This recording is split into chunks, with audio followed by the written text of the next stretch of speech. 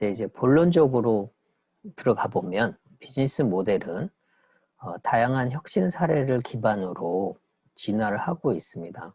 한 20년 정도 비즈니스 모델이란 말들이 계속 범용적으로 쓰이고 있는데, 비즈니스 모델을 얘기할 때 대표적으로 활용되는 사례가 그 다이니스 클럽 카드예요.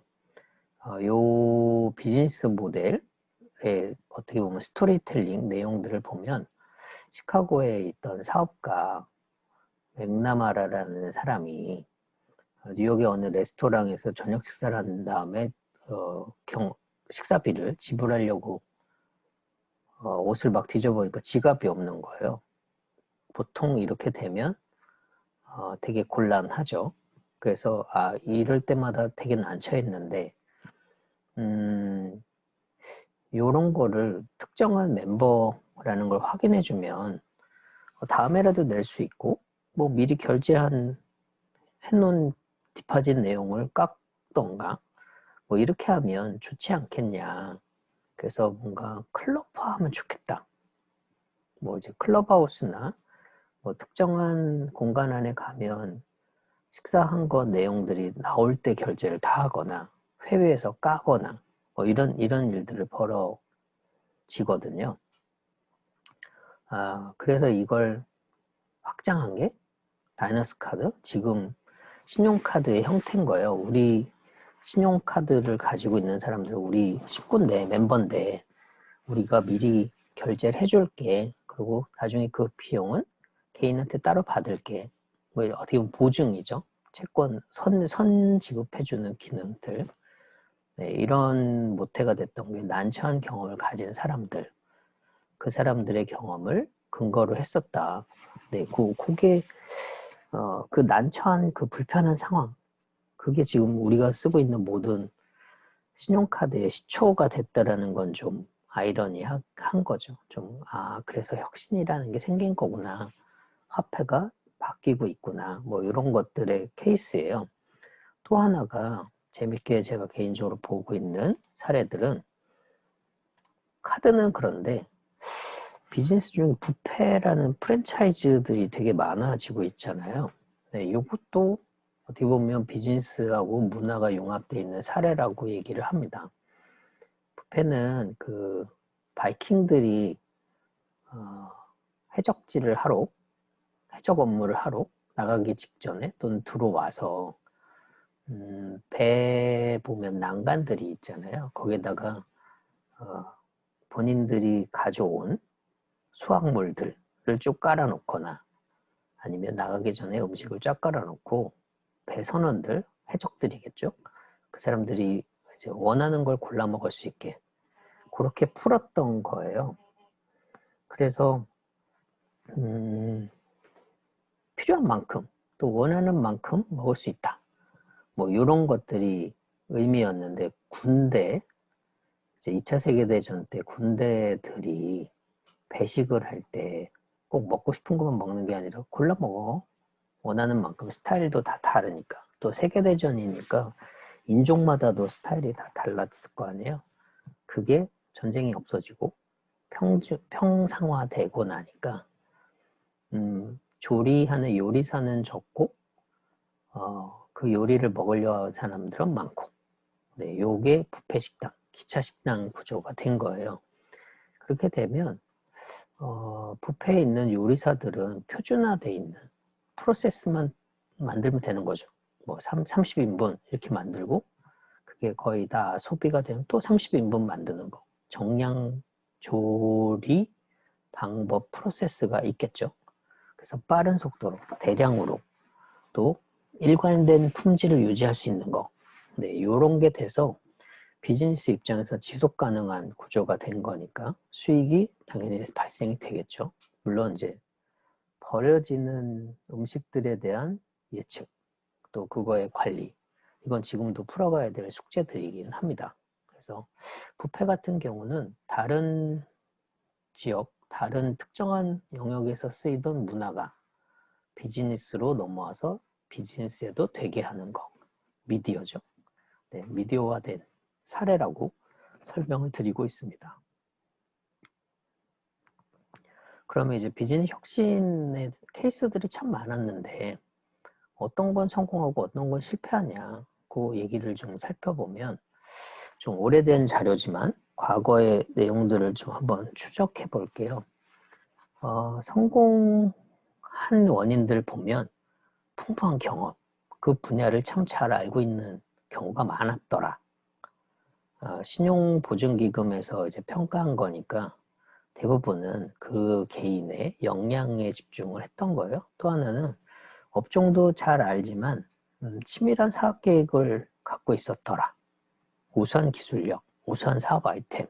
사실 이런 게 사업 기획의 요소잖아요. 품질 관리도. 그래서 어떻게 보면 경험하고 치밀한 계획이 두 가지가 다 원인이었던 거예요. 성공 요인. 근데 치밀한 계획이라는 건 비즈니스 모델로 설명할 수 있어요. 네, 비즈니스 모델의 기술, 아이템, 그 제공하는 밸류, 고객 관리, 고객에 대한 뭐 릴레이션 이런 거 다 설명할 수 있거든요.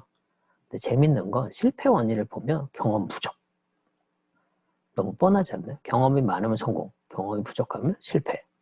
이게 이제 극대극으로 가고 있는 거고, 그럼 또 반대편에서는 치밀하지 않은 사업 계획 내용이 두 번째 원인이어야 되는데 무리한 투자, 자기 자본, 처음에 돈이 너무 없을 때 그럴 때 실패하더라.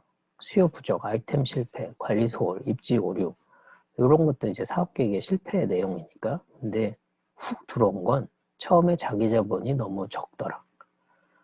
자기가 처음에 버틸 수 있는 자본력이 모자라고 또 무리하게 그 모자란 거를 땡겨다가 남의 돈으로 투자해서 사업하는 경우가 있더라.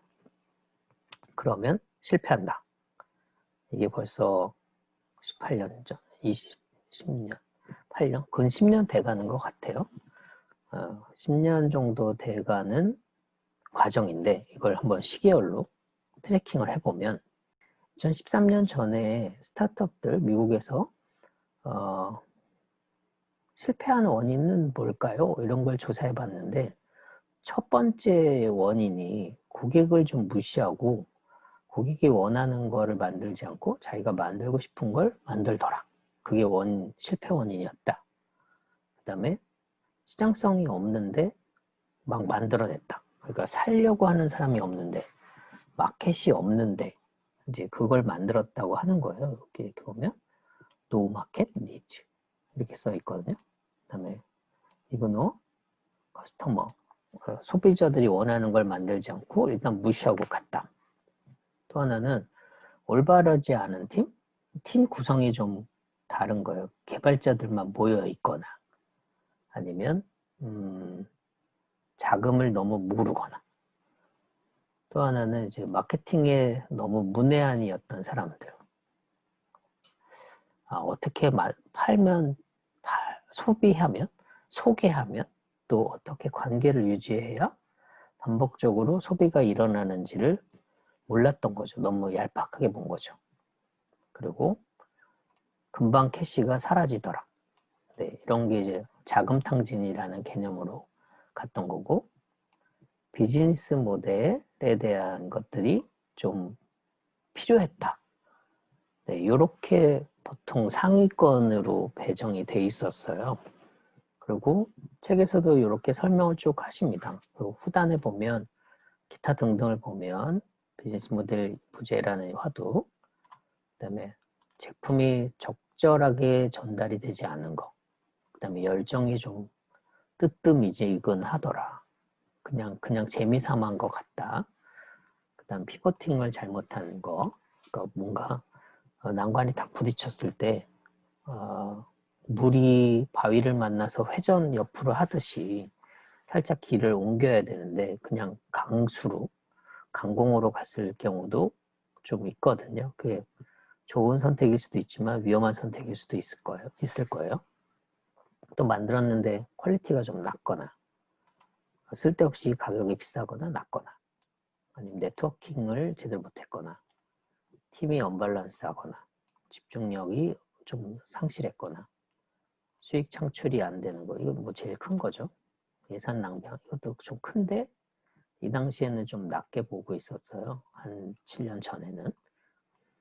그다음에 소비 그 자금이 언제 딱 떨어질 건지, 보통 이제 캐즘이라고 했고 예산들이 떨어지는 부분들이 있을 텐데 그런 부분, 그다음에 책임감, 뭐 적시성, 나쁜 지리적 요건 이렇게 돼 있었던 게, 근데 이게 바뀝니다. 2014년 이제 뭐 시점의 차이긴 하지만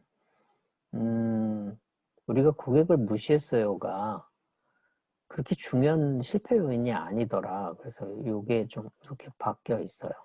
하단으로 내려가 있고, 수요, 그 마켓의 수요를 우리가 예측을 못한 게 아니냐. 첫 번째. 그 다음에 아까 신용보증기금의 실패 원인 분석한 것처럼 돈이 똑 떨어지더라. 네, 두 번째. 그 다음에 우리가 팀 구성을 제대로 못했더라. 내부 역량이죠. 그리고 품질이든 코스트든 아니면 제품에 대한 호감도든 이런 부분들이 다 정리가 제대로 안 돼 있었다라고 본 거예요. 그래서 우리가 생각했던 불편함이 순위가 불과 몇 년 사이에 바뀌었구나. 네, 그런데 2014년 이후에는 IT와 관련된, 그 다음에 정보통신과 관련된 기술들이 확 몰아가면서 그 제조 제품들의 잉여가 생기기 시작했던 것 같아요. 중국산이 왕창 나오기도 했고, 네, 이런 부분들이 이제 변화가 있어서 저희가 보고 있는 주 교과서 내용들 중심으로만 보면 책에서도 이제 과거 자료만 가지고 본 거는 좀 잘못된 판단의 자료들을 제공할 수 있다라는 것들을 좀 알려드리고 싶고요. 요게 지금 시점에서는 가장 근소한 최근 자료이긴 하지만 또 이제 조사를 하겠죠. 네, 그건 또 관련된 자료가 나오면 공유를 해드리도록 하겠습니다. 이 원본 자료들은 언제든지 공유할 수 있게 노출을 해놓고 있으니까 살펴보실 수 있게 해드릴게요. 실패 원인들을 좀 정리해보면 우리가 시장에서 수요를 따르기보다는 그냥 관심 있는 문제를 만들었을 때가 가장 큰 실패 원인이더라. 네, 공감되는 부분이고, 돈과 시간이 유효한데 이걸 좀 적절하게 활용하지 못해가지고 금방 캐시가 동났을 때, 네, 이러면 이제 지속할 수 있는 힘이 딸리잖아요. 네, 이 상태를 놓고 투자 유치라면 진짜 일이 복잡해져요. 네, 투자금은 갚아야 되는 돈입니다. 상환하는 게 목적인데 그걸 투자 받았으니까 안 갚겠다라고 하면 또 다른 피해자가 또 생기는 거예요. 자금은 대출 빌려주는 돈하고 성과를 나누는 성과 후 사후 보상하는 거하고 이렇게 구별을 좀 하셔야 합니다. 또 팀이 적절하지 않다라고 얘기하는 것들을 보면 오너 이제 사업 기획을 하는 사람하고 제품을 만드는 사람하고 마케팅을 하는 사람하고 재무를 관리하는 사람이 분명히 기능이 달라요. 이걸 본인이 할 수 있다, 혼자 할 수 있다, 네, 할 수 있어요. 하지만 잘하는 건 아닙니다. 비즈니스는 잘하기도 어려워요. 네, 혼자 하기에는 진짜 힘든 것 같아요. 그래서 실패한 팀들 보면 처음부터 CTO를 뒀어야 되는 거 아닐까? 아니면 처음부터 CEO를 둬야 되는 거 아니었을까? CFO를 둬야 되는 게 아닐까? 이렇게 역할 나눔이 제대로 안 돼서 실패했다라는 후문들을 많이들 얘기하고 계세요. 국내에서 이제 그 내용들을 좀 정리해 본 것들이 이제 보도자료로 꽤 나왔었습니다. 그 창업진흥원이나 중기청, 중기부 나오기 전에 그때도 얘기한 것들 보면 시장이 원하지 않은 거, 자금 부족, 팀 구성, 경쟁에 뒤쳐서, 원가, 뭐 요 내용들 참조하시면 되겠고, 여기에 이제 비즈니스 모델이라는 부분들이 중심에 이렇게 모여 있다는 점, 일단 요것도 신중하게 체크를 먼저 해볼게요. 비즈니스 모델이 없는 거하고 마케팅 부족하고 보면 비즈니스 모델이 더 중요하다라고 있고, 팀 구성도 비즈니스 모델을 어떻게 놓느냐에 따라 비즈니스 모델이 반응할 수도 있고 비즈니스 모델에 따라 팀 구성이 바뀔 수도 있습니다. 네, 이런 것들, 그 다음에 창업을 하고 성장하는데 장애가 생기는 거, 이제 우리는 처음에 이제 캐시가 떨어지는 게 가장 문제였으니까 시장이 원하지 않는 제품 만드는 건 둘째치고, 신보에서 얘기한 건 경험이었잖아요. 그쪽에 대한 경험, 능력, 그것도 불과 한 2, 3년 사이에 바뀌었어요. 해당 분야 지식이 있는 건 진짜 중요합니다. 이렇게 이제 좀 내려간다는 건 그렇게 안 물어봤던 거예요. 또 해당 분야의 지식이 있으면 실패에 대한 두려움이 좀 적겠죠. 네. 그냥 두려움만 있는 거 없고 그게 중요한 건 아닌 것 같아요. 그쪽 분야를 잘 모르니까 두려운 거니까. 이거 두 개 합치면 결국은 한 50%대로 올라가거든요. 그래서 자금 확보와 경험 부족이라는 게 뭐 대등한 구조인 것 같다. 네, 그거는 이견이 없습니다. 네. 그리고 아이템 부재 이런 부분들이 이제 비즈니스 모델로 커버하는 항목들이에요. 이걸 이제 좀 살펴보면 기존에 그런 실패 원인이나 성공 모델을 알았는데 그럼 우리도 비즈니스 모델을 발굴하려면 어떻게 해야 할까? 이제 이런 게 이제 고민이잖아요. 성공한 거를 해석하는 건 누구나 해요. 또 쉽고. 근데 그 성공하는 내용들을 찾아가는 거, 발굴하는 거, 마이닝하는 거, 이게 되게 힘든 거잖아요. 어디에 금광이 있고 어디에 수정맥이 있는지를 보고 땅을 파야 되는데 그냥 밑도 끝도 없이 파는 거, 그건 힘든 일이니까.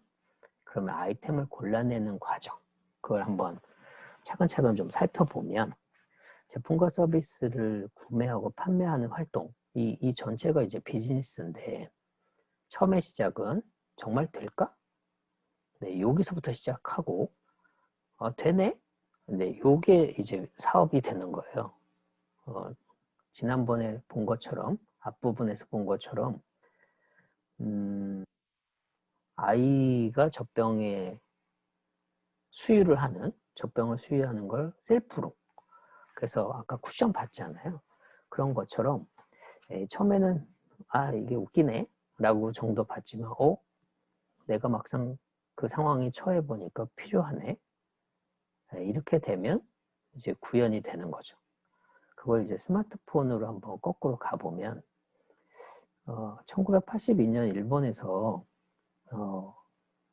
화면으로 보이는 전자시계, 근데 상대방의 모습이 보이는, 그 카메라가 상대방한테 있는 거죠. 요거를 세이코가 구현한 적이 있어요. 물론 손목에 이렇게 화면을 보여주기 위해서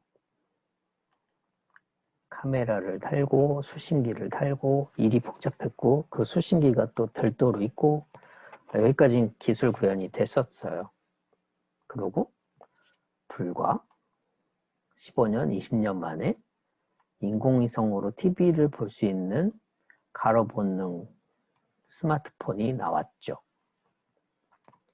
이게 이젠 가로 본능이 아니라 일반 워치로 진화가 됐습니다. 10몇 년 만에 만들어진 게 불과 몇 년 만에 화상통화가 되는 구조까지 된 거예요. 이 뒤로 더 진화할 수 있는 것들이 많을 수도 있지만 처음에 시작이 어렵지 그 다음부터 진화하는 속도는 되게 빠르구나. 비즈니스도 똑같아요. 처음에는 지지부진할 수 있지만 이게 터지면 갑자기 급성장하는 거. 그래서 향후에 좀 다른 이론에서 배울 텐데 제이커브라는 과정이 있어요. 이렇게.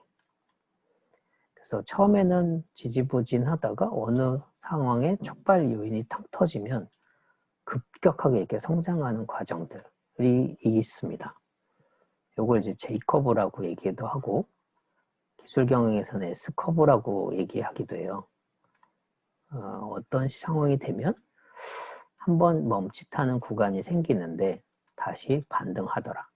요걸 심하게 그리면 이렇게 올라가거든요. 물론 이게 끊어지기도 해요. 요게 제이커브 스타일인 거죠. 이렇게.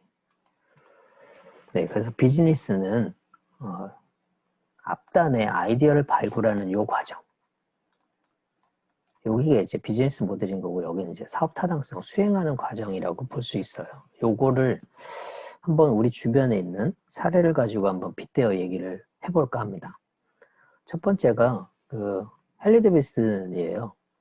한 1900년도 초반에 만들어진 오토바이 회사니까 벌써 지금 2020년이잖아요. 100년 넘었죠. 할리 데이비스가.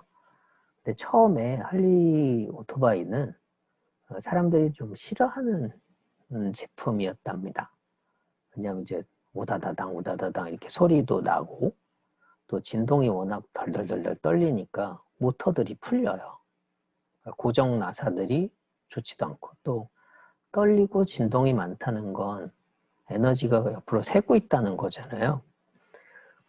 그 효율을 못 체크하니까. 그래서 연비도 좀 딸리고. 그래서 이제 사양길을 겪어갑니다. 아까 보여드렸던 거죠. S커브로 보면 뭐 처음에 사람들이 말 대신 탈 수 있으니까 좋아했다가 타다 보니까 별로인 거예요. 진동도 많고. 그러다가 다시 반등하는 이 구조. 요 포인트를 어떻게 했는지 이제 좀 보고 싶은 거고요. J커브로 보면 오다다다당 하다가 이렇게 쫙 올라가는데 초반에는 이렇게 완만한 성장을 하고 있다. 언제부터 이렇게 급성장을 한 걸까? 이 허들이 뭘까? 네, 요걸 지금 보고 싶은 거거든요. 허들 포인트를. 근데 요 상황에 급성장하지 못하게 만든 게 이제 일본의 고효율 오토바이 혼다 이런 것들이었죠. 그래서 더 싸고 더 고연비인 제품들이 나오기 시작하니까 미국인들도 굳이 뭐 금방 망가지는 제품을 살 수 없으니까 시장을 갈아타는 또 서비스를 갈아타는 행위들이 벌어지기 시작했어요. 그때 할리가 계속 만들었던 게 V 엔진이었어요. 두 개 엔진들. 요거 지금도 운영하고 있거든요.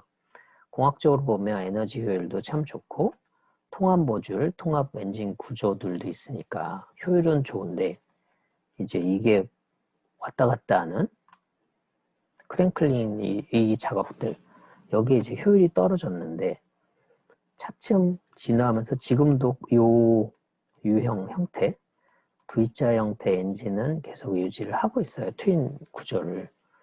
할리가 과거의 역사를 그대로 유지하는 거 그거 하나는 강점이었던 거예요. 우리는 근본을 해치지 않는다. 좋은데 어떻게 바꿨을까? 할리가 어느 순간에 소통을 해야 한다. 우리 멤버들을 좀 관리해야 한다.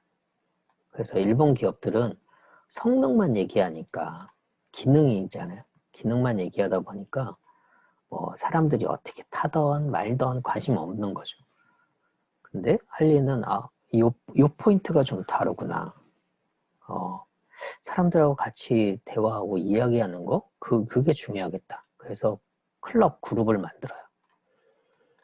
약간 바이킹 같은 개념이 적용된 거죠. 뷔페처럼 특정한 사람들이 모여서 자기 부품들 기존에 있는 거를 준 대로 사용하는 게 아니라 커스텀할 수 있게끔 여러 가지 부품들을 줘서 골라 붙일 수 있게. 그러니까 사람들이 이렇게 서로 만나도 자기랑 같은 모델인데 형태가 다 달라요. 그러니까 사람들끼리는 되게 신기한 거예요. 나랑 똑같은 모델인데 어떻게 이렇게 달라질 수가 있지? 그러면서 이제 서로 자랑하고 서로 어울리고 대단하다 아니면 존경한다 리스펙 이런 행위들이 막 벌어지다 보니까 할리 입장에서는 이게 마니아층이 생기기 시작한 거예요. 그리고 커스텀하면서 진동을 막 잡아가는 사람들이 이 중에 한두 명씩 막 나타나니까 우리가 고민하던 에로 기술들도 막 해결해 주네. 그러면 그 기술들을 우리가 거꾸로 수용하고 그 수용한 거를 이 클럽을 후원하는 이익을 가지고 클럽을 후원하는 거를 또 해보자. 그러면 이제 선순환 시스템 구조가 됐잖아요. 이 구조로 반등의 기회를 찾습니다. 그리고 갑자기 이제 패션, 새로운 트렌드를 만드는 과정들을 2013년부터 엄청 달렸는데 이때부터 할리가 제이커브 과정을 겪기 시작했습니다. 다시 살아난 거죠. 과거의 추억, 그 다음에 과거의 뭔가의 그 명성, 성공한 사람들 또는 히피 또는 힙합 정신 뭐 이런 것들이 사회적 통념들이 연결이 되면서 본인들의 개성들을 드러내기 시작했어요. 모든 국가에 있는 사람들도 그렇고 상황도 그렇고 그러면서 차량값은 뭐 2천만 원 정도 남짓 됩니다. 뭐 300만 원, 500, 보통 작은 게 500에서부터 시작하는 것 같던데 이런 액세서리만 한 2, 300 해요. 그래서 이 정도 탈 거면 한 돈 1,000 들어가는 사람들이거든요. 근데 그 위로 올라가기 이제 커스텀을 하기 시작하면 금방 4, 500이 쑥 올라가는. 그리고 중고 거래 시장에서도 연비 뭐 이런 거는 관심 없고 커스텀이 얼마나 됐냐, 얼마나 개성적이냐 뭐 이런 시장으로 갔다가 한 번 더 변곡점을 찾아야 되겠다 라고 고민하고 내세운 바이크 모습이 2014년에 내온 라이브 와이어라는 전동 할리입니다. 형태는 기존의 할리와 비슷해요. V자 엔진 같은 느낌을 가지고 있고 바디 틀, 이런 틀 구조도 기존 거랑 크게 다르지 않게 가지고 있습니다. 그런데 할리 하면 딱 떠오르는 이미지는 우다다다당 아닌가요? 네, 근데 전동으로 하면서 그 우다다당이 안 돼요. 그리고 마니아층의 옷들, 그 액세서리를 입고 약간 스쿠터 탄다는 느낌? 그러니까 약간 히피 정신, 할리 정신이라는 게 잘 안 맞아 떨어진 거죠. 그래서 이 라이브 와이어를 만들어 놓고 한국에서 먼저 보여줬는데 한국에서 보여준 이유는 뒤에 설명드릴 겁니다. 한 4년, 5년 엄청 고민했어요. 이걸 만들어서 팔아야 되나? 그냥 시연 제품, 시제품, 초기 제품만 보여줬는데도 항의가 막 엄청 들어왔거든요. 이거는 미친 짓이다. 제정신 아니다. 할리 클럽을 무시하는 거다. 할리 그룹을 무시한 거다. 그래서 한참 설왕설래 했었던 걸 알아요. 뭐 클럽들의 난리가 났습니다. 저건 마크를 봐야 무슨 오토바이인지 어느 제품인지를 알 수 있다. 그리고 아까 소리 들은 거 휑 소리 나는 거 모터 소리 그게 정서랑 맞냐. 그리고 이거 뭐 혼다 아니냐. 일본 거 같다. 그래서 이제 이 개발자분들이 헐 이건 큰일 났다. 그 야심작으로 차세대 모델을 내놓은 건데 반응이 막 빵 터져가지고 2015년부터 왕창 팔고 싶은 마음이었으나 고객의 목소리가 그렇지 않구나. 꼬였다. 네, 그래서 다음 단계로 나온 게 어벤져스예요. 2019년에 서울에서 어벤져스 촬영을 했었거든요. 그때 탔던 오토바이가 할리데이비스 전기 바이크입니다. 네, 이걸 통해 갖고 이제 실제 이미지 컷하고 이미지 터프한 거, 그 다음에 전사들이 타는 거다. 이제 어벤져스란 이미지를 한번 깔아놓은 거죠. 그리고 갑자기 이제 바이럴이 되기 시작한 거예요. 와, 저게 뭐냐? 근데 가격을 봤더니 한 3천만 원대예요. 헐, 생각보다 비싼 거죠. 근데 차세대의 사람들, 불과 5년 정도가 지났는데 할리를 타는 사람들의 연령이 수염 더부룩한 사람들, 그 다음에 막 문신 그려져 있는 사람들에서 젊은 세대, 그 다음에 조금 더 일렉트로닉한 문화를 가진 사람들, 그런 분들이 저 아이템 저거 특이한데? 그거 제품 볼까? 그러면서 이제 발열이 되기 시작해서 2019년부터 뭐 한국뿐만 아니라 미국을 통해서 이제 판매되기 시작합니다. 그리고 할리가 유지한 거가 있어요. 우리는 디자인과 품질을 그대로 유지한다. 근데 사운드는 해결을 못하니까 진동과 관련된 것들, 그런 것들은 일단 유지를 해줬어요. 감성. 그래서 다다다다 떨리는 느낌. 그런 것들을 약간 바이브레이터 모터 같은 것들을 이용해 가지고 손잡이랑 안장 부분을 약간 떨어줘요. 움직일 때 후두두두 떨리게. 그러면 그 진동은 느끼고 소음은 민원의 소지가 되게 많았다고 해요. 제품을 사면 동네에서 시끄럽다고 한다거나 새벽에 타고 애기들 다 깨운다던가 강아지들 다 벙벙 짖게 만든다던가. 그래서 그건 불편 요소라서 줄이자. 그리고 약간 이미지 자체를 혼다랑은 좀 다르게, 그리고 전기 자동차랑 충전할 수 있는 그 소켓 자체를 좀 병행할 수 있게 만들자. 뭐 이렇게 되면 세컨드 바이크라고 보기보다는 세컨드 차량, 비클로 볼 수 있지 않을까? 뭐 이렇게 설정을 했던 것 같아요. 그러면서 뭐 이제 느낌들이 좀 달라진 거죠. 그래서 사람들이 이거 괜찮네, 디자인 괜찮은데, 그리고 사운드는 어차피 좀 불편했으니까 박동, 촉감, 진동 요것들을 좀 보고, 그 다음에 개발자들 입장에서 영 원한다면 사운드를 스피커로 우다다당 틀을 수 있는데 별로다. 그래서 좀 다른 사운드, 휘 하는 소리, 그걸 영화에서 먼저 보여준 거죠. 히어로들은 소리 없이 강하다. 뭐 이런 느낌, 첨단이란 이미지를 주면서 감성을 새롭게 자극하기 시작하고 있습니다. 할리가 바뀌고 있는 거죠. 네, 이런 것들이 고객들의 취향, 그 다음에 고객들이 원하는 것, 그걸 먼저 파악하고 시작한다는 게 좀 다른 것 같아요. 그냥 한번 정리해보면 이런 거예요. 전통시장 내에서 다이나믹을 계속 유지하되 새로운 기술, 햅틱 기술을 가지고 지금 할리가 한 것처럼, 또 배터리 기술, 모터 기술을 가지고 새로운 걸 만든 것처럼 우리가 혁신 기술들을 가져오면 어떤 부분에서 변화를 줄 수 있을까?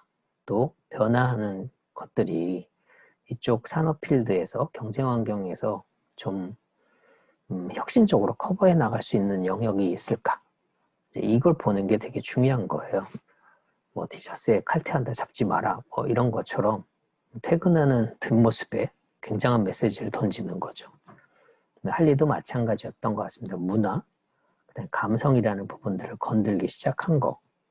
그게 어떻게 보면 컬처를 건들고 미디어를 건들고 컨텐츠를 건든 거죠. 스토리를 건든 거죠.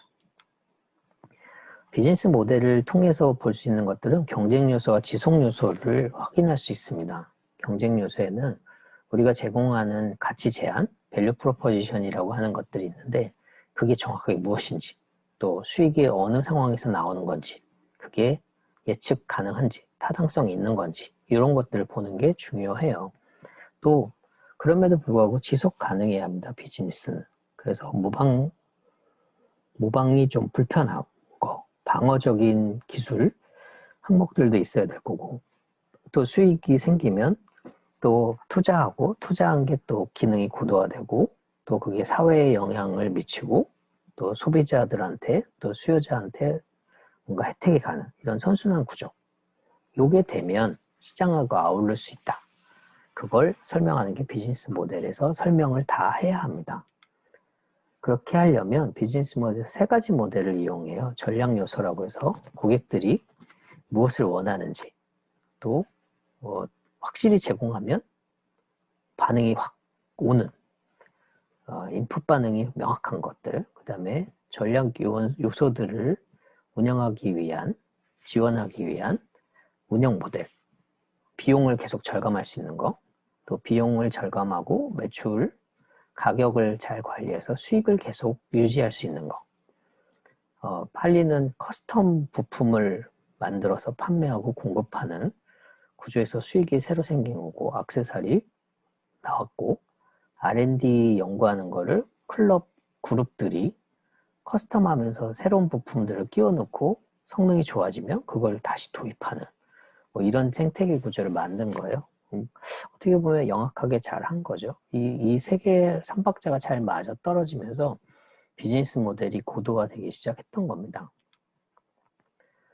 비즈니스 모델을 연구하는 분들이 여러 가지 모델들을 제시하고 있고 그 중에 한 4개 정도가 가장 대중적입니다. 첫 번째는 4가지 박스 모델이에요.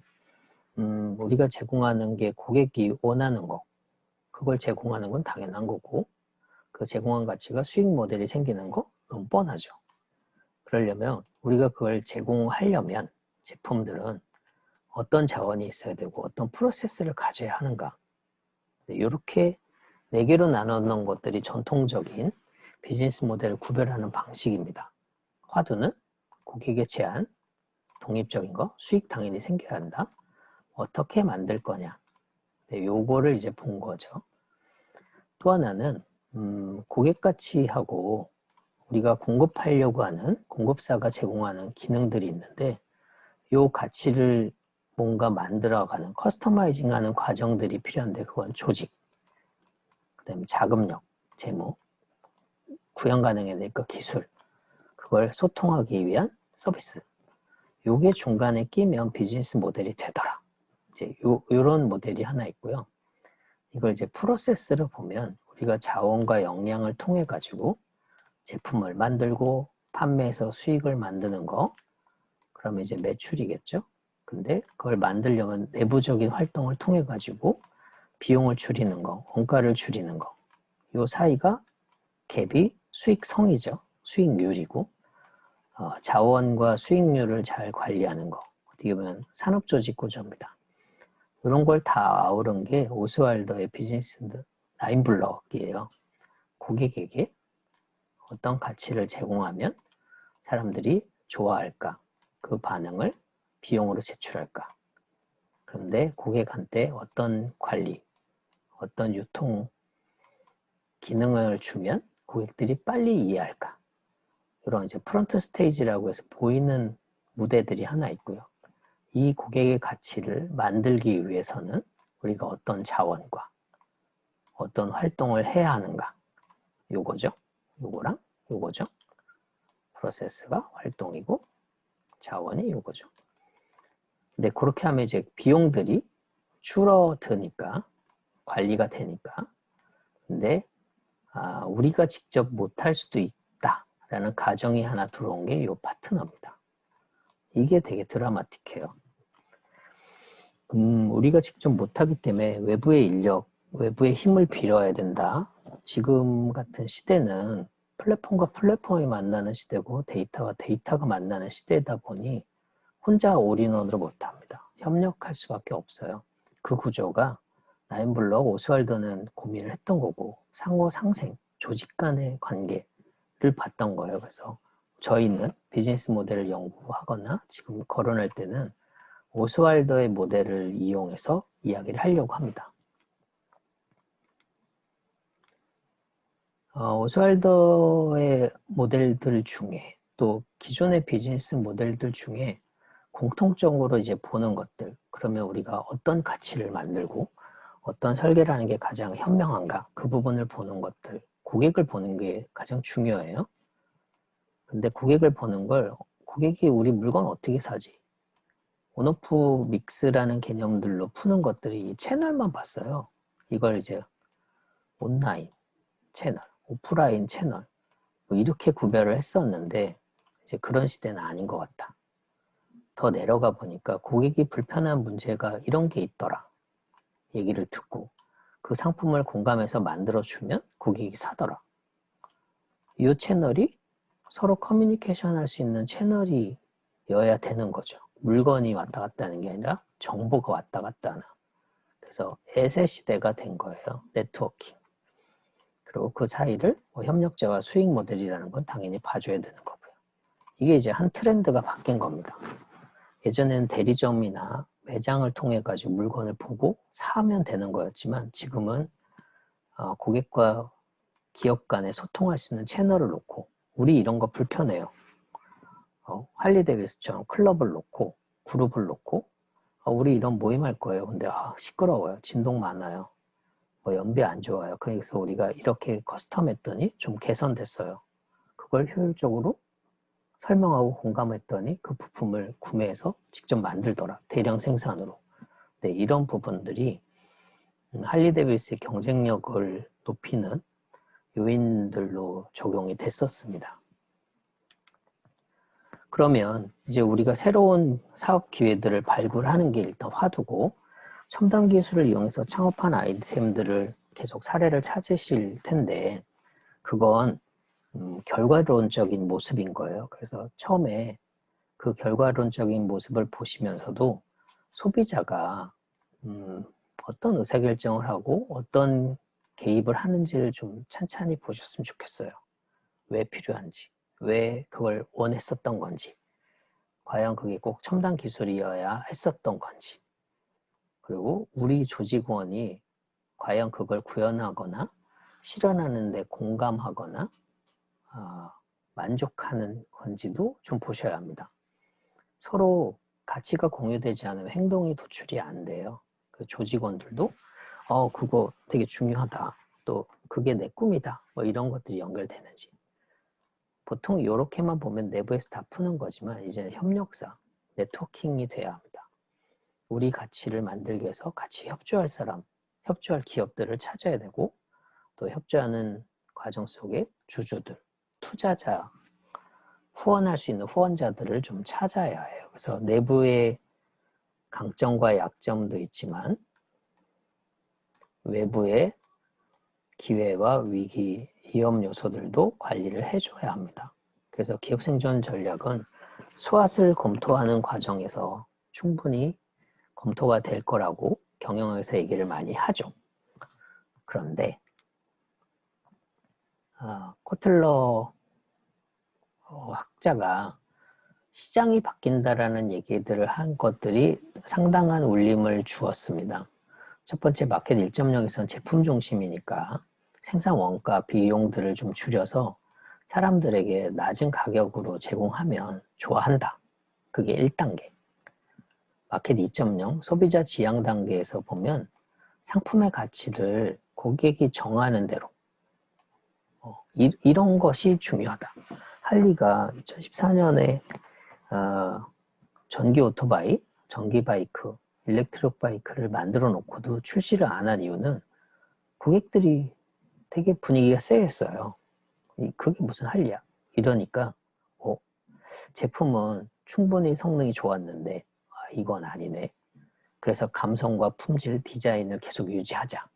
그렇게 설정하고 5년 동안 리뉴얼 작업이랑 고도화를 또 했던 거죠. 그 사이 동안은 수익이 안 났으니까 계속 손실이 난 거잖아요. 그걸 어떻게든 버텼던 겁니다. 그리고 새로운 가치를 내놓은 거죠. 어벤져스라는 이미지를 타고 그리고 소비자의 새로운 마케팅, 새로운 문화 마케팅 개념들이 진행이 됐던 거예요. 그래서 할리도 새로운 미래의 할리가 생기겠구나. 그리고 하이터치 마케팅을 한 거죠. 충전할 수 있어요. 또 어벤져스처럼 세상을 구하는 사람들이 우리 걸 타는 거예요. 첨단이에요. 공상과학에 나올 만한 사람들이에요. 이야기 속의 주인공이에요. 이런 하이테크를 하이터치, 하이 컬처라는 개념들을 연결한 거. 그게 이제 마켓 4.0이다. 네. 차츰 처음에는 품질에서 뒤쪽으로 가면 스토리텔링으로 넘어가고 있다는 거를 마케팅 쪽에서도 계속 고민하고 있는 변화 내용입니다. 그게 이제 비즈니스 환경에서는 앞서 보여드렸던 것처럼 기업이 물건을 주면 사고 돈을 내는 정도? 사후 관리라고 해봐야 망가져야 AS가 오는 이 정도였는데 지금은 새로운 IoT, IT라는 기술들이 연결되면서 특정한 채널을 하나 플랫폼을 놓고 우리가 원하는 거를 요청해요. 그러면 그 원하는 걸 제공합니다. 그게 구독형이 될 수도 있지만 맞춤형 생산이 될 수도 있고, 사후 관리는 스스로 미리 관리해주는, 신청해야 처리해주는 게 아니라 이 정도 되면 서비스나 제품이 문제가 생겨요. 그걸 바로 알아서 해드릴게요. 그러니까 스스로 뭐 청소하는 정수기 요즘 많이 나왔죠. 뭐 그런 것들이 어떻게 보면 진화하고 있는 모델이다. 예전에 사람이 가서 필터 다 바꿔줬는데 이제 알아서 한다. 그리고 시즌별로는 아예 통을 다 간다. 부품을 다 바꿔준다. 뭐 이런 것들, 그런 것들이 이제 서비스형으로 바뀌는 것들입니다. 그래서 비즈니스 모델을 할 때 한 3가지 트랙을 검토하게 됩니다. 첫 번째는 뭐 비즈니스 미션, 당연히 방향성은 잡아야 될 거고요. 그래서 첫 번째로 볼 거는 제공 가치와 제조 방안, 그 다음에 수요하고 시장 대응하는 거, 그 다음에 사업 타당성하고 지속 가능성이 있는 거, 이렇게 이제 크게 3블럭을 가장 중심으로 보게 돼요. 그래서 하나씩 보면, 미션은 우리가 어떤 가치를 지향하고 있고, 또 우리가 제품을 만들어가는 과정 속에 그 비전과 미션이 맞닿아지는 건지, 네, 이제 그런 부분들을 함께 연결해야 합니다. 그래서 비즈니스 미션 할 때는 우리 미션들을 어떻게 전파시킬까, 전달시킬까, 또 그 속에서 새로운 기회들을 어떻게 만들 수 있을까, 이제 이런 것들을 보는 거. 이제 여러분들이 비즈니스 모델을 분석하거나 사업 계획을 할 때 첫 단계에서 보시는 게 미션 보는 것들이에요. 그래서 우리가 채널을 어떻게 확장할까, 우리 만들어진 제공 가치는 어떤 식으로 확대할까, 또 확대하려면 이걸 효율화를 최대한 해야 되는 거잖아요. 오래 써야 하니까. 할리가 100년 넘게 이미지를 계속 유지하는 것처럼, 그러려면 공급과 생산, 유통, 물류, 고객 관리 어떻게 해야 될까? 일단 방향을 잡는 거죠. 방향을 잡으면 이제는 성능이라는 부분들을 봐야 합니다. 성능 스펙을 봐요. 핵심적인 편의시설이 뭔지, 편의 기능이 뭔지, 제품의 속성은 뭔지, 부가 서비스하고 경쟁 우위는 뭔지, 강점, 약점 다 보는 거죠. 거기에 기능을 고도하기 위해서 기술을 어떤 것들을 가져야 되는지, 소재인지, 부품인지, 장비인지, 이제 소부장, 그래서 요즘 화두가 많이 되고 있거든요. 그게 되고 나면 당연히 우리 구현 역량을 봐야 해요. 조직력이 있는지, 기술력이 있는지, 설비는 있는지 당연히 봐야죠. 이게 많이 봤는데 우리 구현 역량이 좀 모자라다, 불리하다, 약하다. 그러면 외부의 관계망들을 다 찾아서 내부 수용하는 작업을 해야 합니다. 이게 이제 기술 사업화 화두가 하나 들어가요. 기술을 가져오는 것도 있지만 기술을 사업화하기 위해서 다양한 지원 파트들, 기능들을 가져오는 거, 이런 것들도 M&A의 한 화두들이 좀 걸려 있습니다. 그래서 역량이 강화되는데 비용이 무한정 들면 그건 실패죠. 비용이 어떻게 주는지도 살펴봐야 합니다. 그러고 나면 이제 수익 모델을 봐야죠. 누구한테 돈을 달라고 할 건지, 비용을 물을 건지, 또 누가 이용하는지, 또 과금하는 게 화폐인지, 정보인지, 그걸 또 누구한테 거래할 수 있는지, 이제 이런 거 프론트엔드 단계들을 다 보고, 뭐 이용 수수료를 받을 건지, 아니면 가입비를 받을 건지, 판매 대금으로 받을 건지, 정보 수수료를 받을 건지, 뭐 이런 것들을 다 봐야 합니다. 이게 되면 그 다음에는 이제 시장을 봐야 소통할 수 있을까? 환경이 정말 우리가 생각한 것처럼 계속 유지가 될까? 또 고객이 생각했던 곳에 정말 있는 걸까? 상상했던 고객이 상상 속의 인물인가? 네, 이런 것들을 실체를 봐야 돼요. 그리고 시장의 크기들도 확인할 수 있고, 또 우리가 통제 가능한지도 확인할 수 있게 됩니다. 또 이제 실제 그런 고객이 있다면 이제 물어봐야죠. 정말 사실 건가요? 이런 요건이라면 구매하시겠습니까? 또 이런 가격인데 우리가 만약에 할리라는 이미지 브랜드를 심어준다면, 우리의 역사와 전통력 이야기를 심어준다면 도움이 되나요? 이제 이런 걸 믹스 해보는 거죠. 기술과 시장과 서비스와 그 다음에 정보통신 기술들, 새로운 필드들의 내용들을 섞어보면 온오프 믹스를 해보면 구매의 동인들이 바뀌게 돼요. 행동 요건들이 바뀌는데 그게 바뀐다고 생각이 되면 자금 조달 어떻게 할 건지 그게 당장 되는 거면 일단 버티는 거고 BEP 상황을 보고 BEP가 최소한 1년, 2년 내에 도달한다. 그럼 그때부터는 외부에서 자본 조달, 투자 유치가 가능한 상황이 돼요. 이제 이런 큰 그림까지 그려놓으면 이제 비즈니스에 대한 큰 아웃라인이 챙긴 거예요. 이게 이제 비즈니스 모델을 설정한 거거든요. 이렇게 하나하나 다 보다 보면 이래서 안 되겠는데 저래서 안 되겠는데 딱 포기각이에요. 못하겠다. 할 수 없겠다.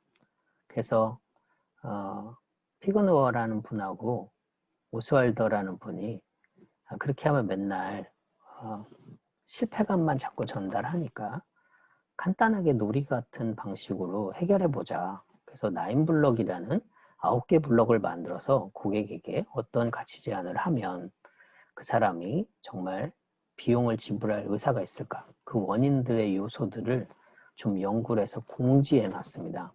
그게 이제 9블럭 캔버스, 비즈니스 모델 캔버스라는 구조로 9개 요소를 설명했는데 첫 번째가 어떤 제품이나 서비스를 어떻게 고객에게 제공하고 어떻게 마케팅하며 어떻게 생산하고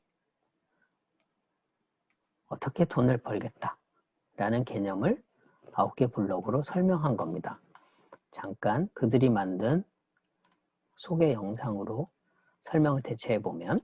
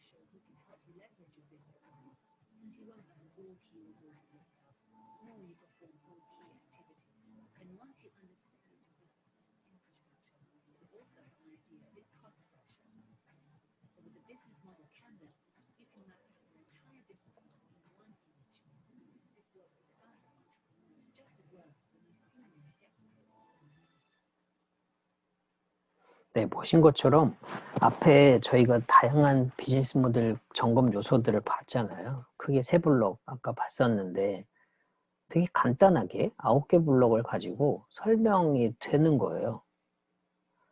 이 정도 고민한 것만으로도 되게 심플하게 논리정연화하게 설명한 거잖아요. 그래서 이제 많은 기관이나 많은 서비스 기관에서 또는 기획하는 쪽에서 이 모델들, 이 캔버스를 많이 활용하고 있어요. 그래서 대표적으로 활용되고 있는, 이용되고 있는 모델이라서 좀 설명을 드려보면 첫 번째 이제 고객을 세그멘트하라는 얘기를 합니다. 그래서 고객을 저희는 이제 계속 과정 속에서 설명할 건데 고객을 이용하는 사람, 구매하는 사람, 의사결정하는 사람, 혜택을 보는 사람으로 계속 구별하고 그 구별된 사람들마다의 제공하는 가치를 별도로 설계해 본다. 그리고 그 가치가 어떻게 전달될까? 전달이 되면 상호 어떤 릴레이션 관계들이 유지가 되는가? 우리 기업하고 고객하고. 그랬을 때 비용 지불하는 게 정말 호의적이냐? 정말 마지못해 내는 거냐? 요걸 보고 나면 이 제품을 만들기 위해서 어떤 활동들과 어떤 자원들이 여기에 투입이 돼야 되는지 그런 과정들을 우리가 직접 못한다면 뒤에서 백업을 받을 것인지 그때 들어가는 비용들이 얼마나 투입되는지 얘를 두 개를 살펴보는 이 과정. 이게 사업 타당성을 보는 과정이에요. 9개 블록 가지고 그 복잡한 이야기를 다 설명해버린 거죠. 그래서 여러분들이 계속 고민하고 있는 아이템들 또 기술 창업한 여러 가지 사례들을 정보 조사하셨을 텐데 이 내용 항목으로 재배치만 해봐도 어떤 부분들이 정보가 노출이 돼 있고 어떤 정보는 노출이 안 돼 있구나. 그럼 노출이 안 돼 있다면 그게 핵심 경쟁력이고 기업의 노하우겠구나. 경쟁력이 있구나. 이런 것들을 추론할 수가 있을 거예요. 그래서 각각 고객이 어떻게 세분화되어 있는지 어떤 제공 가치를 하는지 아마도 백스테이지인 누구랑 협력하고 어떤 자원과 활동들을 하고 있는지 이런 것들이 공지가 안 돼 있을 겁니다. 비용 부분들은 재무 공시를 통해 갖고 많이들 나와 있긴 하지만 이 부분들이 블랙박스예요.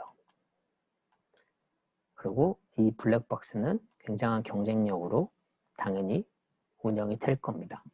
그래서 이런 부분들을 좀 더 차근차근 보실 수 있게 세그멘트하는 단계들 어떤 부분들을 살펴봐야 되는지 고객들이 어떤 불편함을 느끼고 있고 또 그게 왜 불편함이 발생하는지 찾아봐야 되겠죠. 그러면 이런 거예요. 박스 뜯을 때마다 매번 칼을 찾고 가위를 찾는데 불편하더라. 근데 치실 같은 거 하나 넣고 드르륵 뜯으면 금방 뜯어지게 할 수 있다. 근데 이게 고객이 누굴까요? 뜯는 사람이 목적일까요? 배송하는 사람이 목적일까요? 생산하는 사람이 목적일까요? 과연 이용하는 사람이 편할까요? 구매하는 사람이 편할까요? 소비자마다 다르겠죠. 계단을 올라가는 과정에 손잡이 난간에 살짝 변형을 줘서 저렇게 앉을 수도 있게 만들어주면 누가 이용할까요? 그러면 이 건물은 누가 돈 주고 만들까요? 저걸 왜 만들어야 할까요? 이제 이런 것들. 의미는 있지만 이게 과연 수익이 되나? 그건 좀 다른 얘기예요. 그러면 고객을 어떤 식으로 구별하느냐에 따라 그 사람들이 불편한 느낌이 다 다를 겁니다. 그러고 나면 거기에 맞는 새로운 퍼포먼스나 새로운 기능들을 또는 디자인 형태들을 한번 적용하는 걸 샘플링을 하는 거죠. 이러면 어떨까요? 저러면 어떨까요? 그런 사례들을 만들고 나는 것들이 스마트폰 접었으면 좋겠는데 네, 접어보면 되죠. 왜 접어야 되는지를 찾아야 해요. 너무 커요. 그렇게 얘기하는 게 아니라 저게 와이셔츠 주머니 안 들어가요. 청바지 뒷주머니 안 들어가요. 왜 청바지를 입지? 왜 와이셔츠를 입지? 이제 그걸 찾아야 되는 거고요. 그게 구현이 정말 될까? 또 아빠가 만들어도 맛있는 우동 이런 거 만들어 놓으면 아빠가 자극이 될까? 엄마가 자극이 될까? 또 일부는 아빠를 무시하는 거야? 이런 반응들이 생길 수도 있잖아요. 아빠가 만약 백종원이면 아빠가 만들어도 맛있는 우동? 그건 말이 안 되잖아요. 백종원이 만들면 다 맛있는데? 네, 이제 그렇게 되면 네거티브 반응이 생길 수도 있습니다.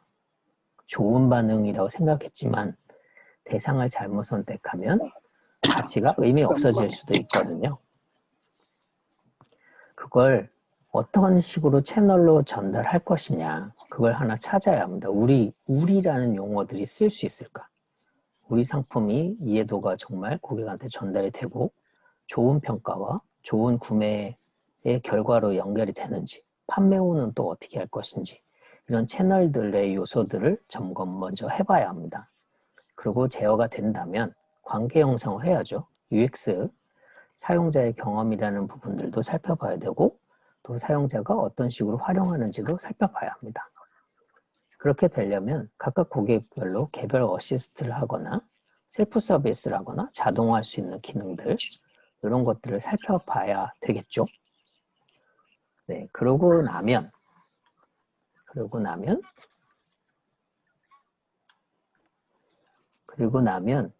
수익원을 당연히 좀 봐야 합니다.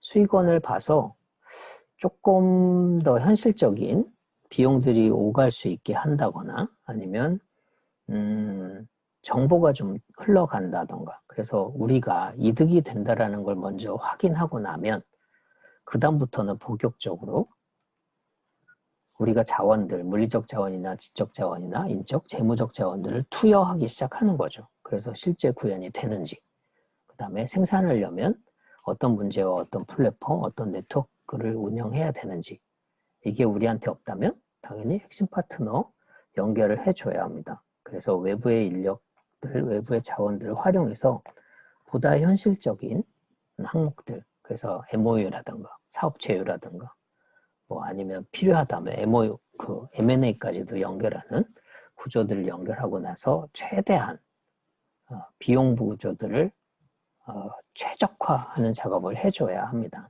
그렇게 되면 수익이 어떻게 보이는지가 한눈에 보이게 돼요. 그래서 이번 시간에는 비즈니스 모델 캔버스에 대한 전체적인 흐름을 살펴봤지만 다음 기회에는 이제 이런 것들을 한번 배치도 해보고 직접 그려보는 그런 경험들도 해보셔야 해요.